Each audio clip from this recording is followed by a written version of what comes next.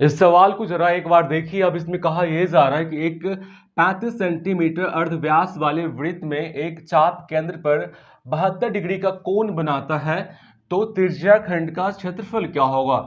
ऐसे सवाल को बनाने के लिए आपको ये त्रिज्या खंड क्या होता है और इस प्रकार के मतलब किस प्रकार के फॉर्मूला का यूज कर ऐसे त्रिज्या खंड का क्षेत्रफल निकाला जाता है, ये तमाम चीजें आपको पता होना चाहिए। सबसे पहले अगर बात की जाए तो यहाँ पर एक वृत्त का बात किया गया है। किस चीज का बात किया गया है? एक वृत्त यानी कि एक सर्कल का बात किया गया है।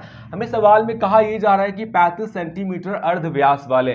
तो अर्धव्यास का मतलब क्या होता है? हमें पता है व्यास मतलब तो हमें पता है ये पूरा यहाँ से लेकर केंद्र से यहाँ से लेकर ये पूरी लंबाई क्या कहलाती है? व्यास कहलाती है। इंग्लिश में हम इसे डी से डिनोट करते हैं। वैसे अर्धव्यास क्या होता है? तो अर्धव्यास का मतलब होता है कि व्यास का आधा। तो व्यास का जब हम आधा करते हैं तो ये क्या हो जाता है? त्रिज्या। क्या हो जाता है? ये त्रिज्या। तो यहाँ पे कुछ लोगों को यहाँ पे कंफ्यूजन हो जाता है कि अर्धव्यास क्या होता है। अर्धव्यास का मतलब हुआ कि व्यास का आधा, यानी कि आपको यहाँ पे 35 सेंटीमीटर जो दे रखा है वो त्रिज्या दे रखा है। क्या दे रखा है? त्रिज्या। तो हमें इस सवाल में जो दिया गया है आर बराबर यानी कि त्रिज्या बराबर 35 सेंटीमीटर यहाँ पे दिया गया है। हमसे पूछा यही जा रहा है इस सवाल में कि 72 डिग्री कोण बनाता है, तो त्रिज्या खंड का यहाँ मतलब कोई चाप है जो कि इस प्रकार से 72 डिग्री का कोण बनाता है। इस प्रकार से यहाँ पे 72 डिग्री का कोण बनाता है, यानी कि यहाँ पे 72 डिग्री का कोण बनता है। तो आपको त्रिज्या खंड का क्षेत्रफल निकालना होगा। तो ये त्रिज्या खंड क्या होता है, इससे पहले आपको ये जानना चाहिए कि देखिए जब वृत्त की दो त्रिज्या इस प्रकार से खींची जाती है तो जो भाग कट के यहाँ पे आता है यही त्रिज्या खंड कहलाती है। यानी कि त्रिज्या के द्वारा जो दो भाग वृत्त में खंड हो जाता है, ये खंड हो गया ना, तो ये वाला भाग क्या हो गया? त्रिज्या खंड हो गया। और यहाँ पे इसके बीच 72 डिग्री का कोण बनता है। तो हमें इस वाले भाग का हमसे एरिया पूछ रहा है, यानी कि ये त्रिज्या खंड है, इसका क्षेत्रफल पूछ रहा है। तो यहाँ पे सवाल में हमें क्या दे रखा है? यहाँ पे सवाल में हमें त्रिज्या यानी कि आर फॉर रेडियस दे रखा है 35 सेंटीमीटर, और हमसे जो यहाँ पे कोण बन रहा है यानी कि थीटा कह सकते हैं आप, इस चाप द्वारा बने गए कोण की माप दे रखा है, थीटा कह सकते हैं, 72 डिग्री दिया है। हमसे पूछा यही जा रहा है कि त्रिज्या खंड का क्षेत्रफल क्या होगा। त्रिज्या खंड का क्षेत्रफल क्या होगा? त्रिज्या खंड का क्षेत्रफल हमसे पूछा जा रहा है। तो सबसे पहली बात जो समझने वाली चीज ये है कि त्रिज्या खंड का क्षेत्रफल का फॉर्मूला क्या होता है। तो देखिए त्रिज्या खंड का क्षेत्रफल का जो फॉर्मूला होता है कुछ इस प्रकार होता है। त्रिज्या खंड का क्षेत्रफल बराबर, आप यहां लिखेंगे त्रिज्या खंड का क्षेत्रफल बराबर।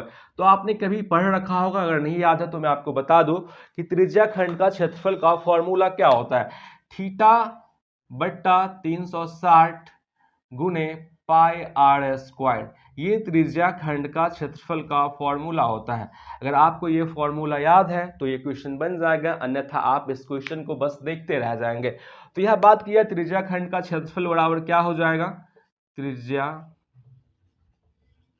खंड का क्षेत्रफल बराबर थीटा का मान कितना दे रखा है? 72 डिग्री बट्टे में 360 डिग्री गुने पाई का मान हम सभी को पता होता है कितना होता है? 22 बट्टे में 7, या फिर इसे आप पाई के फॉर्म में ही लिख सकते हैं। और आर यानी कि त्रिज्या का मान दे रखा है 35, तो आर स्क्वायर यानी कि 35 का स्क्वायर हो जाएगा। यहाँ पे अगर बात की जाए तो यहाँ पे अगर आप काटते हैं इसे तो आप कितना से काट सकते हैं इसे?